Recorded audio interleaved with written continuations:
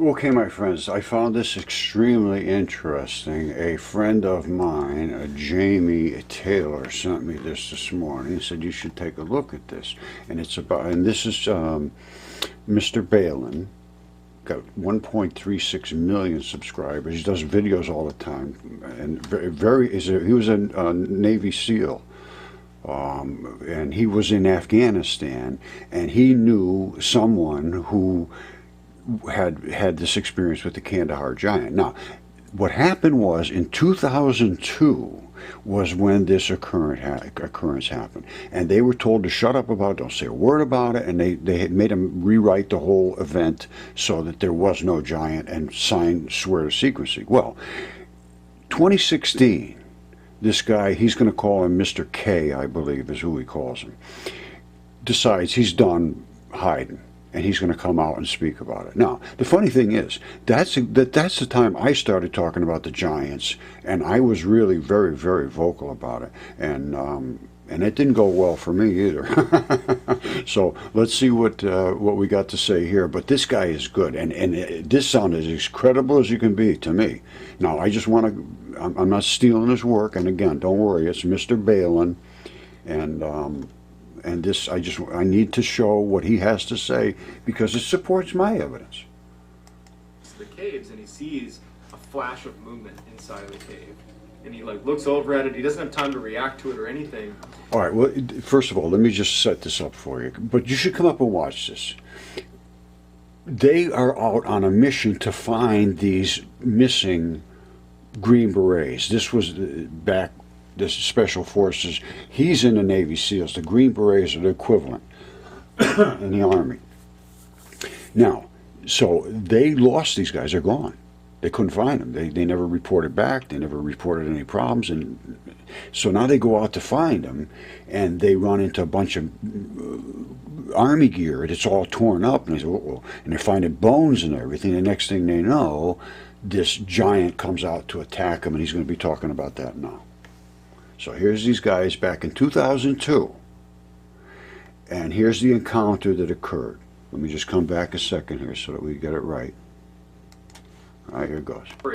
He said he's looking at one of the entrances to the caves, and he sees a flash of movement inside of the cave, and he looks over at it. He doesn't have time to react to it or anything, and all of a sudden a spear comes flying out of the cave. This big, massive lance comes flying out, and it goes right through one of his teammates whose name was Dan. And so Dan's down. And so the whole team saw that. They didn't see who threw it, but they certainly saw the spear hit Dan.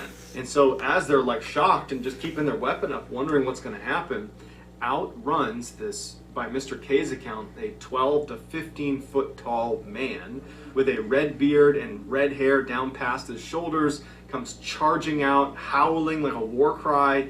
He's got animal skins for clothes. He just looks super dirty, and he runs over to Dan to pull the spear out and probably use it again. And the rest of the team at this point has broken out of their shock of what they're seeing, and they start engaging. Okay, sorry about that little telephone action there. I'm going to come back just a second again. We don't lose anything. So they see the guy getting hit with the spear, and then this guy comes screaming out of the cave, and then they kill him. Here goes. Howling like a war cry. He's got animal skins for clothes. He just looks super dirty, and he runs over to Dan to pull the spear out and probably use it again. And the rest of the team at this point has broken out of their shock of what they're seeing, and they start engaging this giant. And the giant didn't really have a chance to fight back, and in 30 seconds the giant is down too. So Dan's down and the giant is down. And the whole team is like, what just happened? So after the dust had settled and all the shooting had stopped, they went to check on Dan, and Dan had passed away. And so they called back into higher headquarters, and they're trying to describe what happened. A very large, possibly human creature. Now don't forget, this guy was in Afghanistan himself. He knows how this whole thing operates and how the after event reports are submitted, and he's really deep into the understanding of how this whole process occurs and how they denied it and made him rewrite the reports. through a projectile that hit Dan. And so they sent 2 helicopters out, one to retrieve Dan and the team, the other just to hoist up this very large human-like creature because they wanted to know what it was. And they struggled mightily to get the netting around this big creature. It ended up weighing over 1,100 pounds.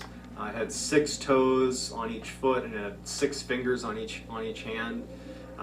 They load it up, they string it onto this helo, and it takes off.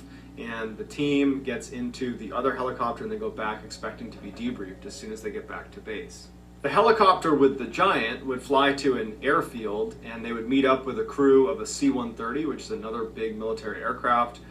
The pilot of that craft would publicly say that he remembers seeing a 12 to 15 foot tall giant person with 6 fingers on each hand. This is obviously not the picture. They have no evidence of this. That's the problem. It was covered up, and all these things were covered up. And I understand to some degree why they did it because it's so spectacular. Even the stuff I presented, I got to be honest with you, it was very, very poorly received.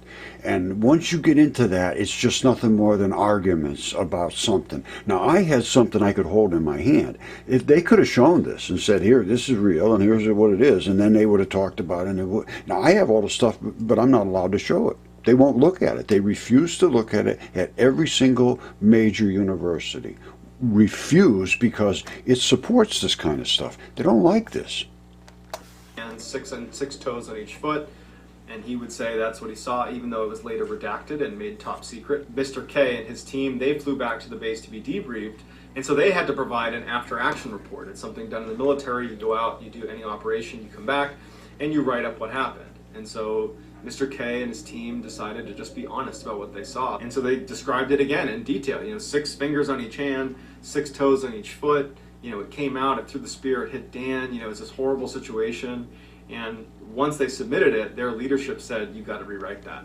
We're not going to accept that. So Mr. K said they ultimately rewrote it, and it just sounded like a typical engagement in the mountains with the enemy.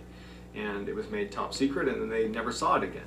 And that was it. Mr. K said that he and the rest of his team also had to sign non-disclosure agreements to... This happens over and over and over and over, and people are fed up with it because it's really just...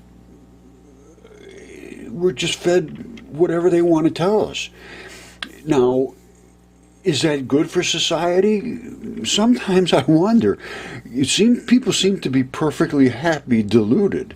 They just like to go on about their daily business and have no, they think we're all from dead dust and don't worry about eternity and, all that stuff is nonsense. And I've just gone totally to the other side of that because I understand this stuff is not nonsense. Now, you can laugh, do whatever you want. I have the evidence to support and prove the things I say. These things are just they're not speculation. People are coming forward that are very, very, very credible.